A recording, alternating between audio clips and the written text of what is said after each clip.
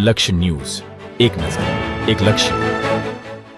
11મા આંતરરાષ્ટ્રીય યોગ દિવસ અવસરે રાષ્ટ્રીય શાયર ઝવેરચંદ મેઘાણીની જન્મભૂમિ ચોટીલા ખાતે યોગ શિબિરમાં 800 જેટલા વિદ્યાર્થીઓએ ભાગ લીધો.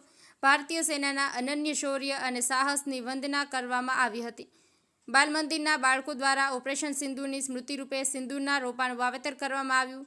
જેવીએચ દોશી પ્રાથમિક શાળા અને એનએન શાહ માધ્યમિક અને ઉચ્ચતર માધ્યમિક શાળા તથા ઝવેરચંદ મેઘાણી સ્મૃતિ સંસ્થાન દ્વારા પ્રેરક આયોજન કરવામાં આવ્યું હતું.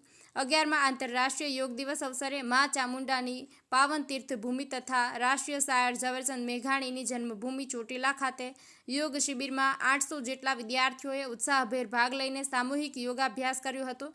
જેવીએચ દોશી પ્રાથમિક શાળા અને એનએન શાહ માધ્યમિક અને ઉચ્ચતર માધ્યમિક શાળા તથા ઝવેરચંદ મેઘાણી સ્મૃતિ સંસ્થાન દ્વારા આ પ્રેરક આયોજન કરાયું હતું. આંતરરાષ્ટ્રીય યોગ દિવસનો મુખ્ય હેતુ વૈશ્વિક સ્વાસ્થ્ય, સંવાદિતા અને શાંતિને પ્રોત્સાહન આપવાનો છે. આ વર્ષની theme yoga for one earth one health હતી. જ્યારે ગુજરાત સરકાર દ્વારા સ્વસ્થ ગુજરાત મેદસ્વીતા મુક્ત ગુજરાતની પ્રેરણા આપવામાં આવી હતી.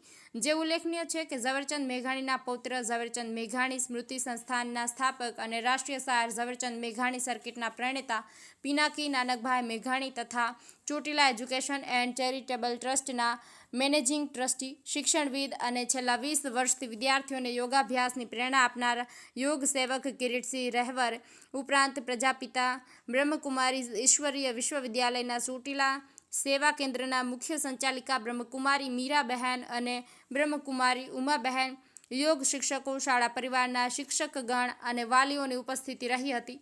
વરિષ્ઠ નાગરિકોની વિશેષ હાજરી રહી હતી. બ્રિજેશ ત્રિવેદી, સુરેન્દ્રનગર.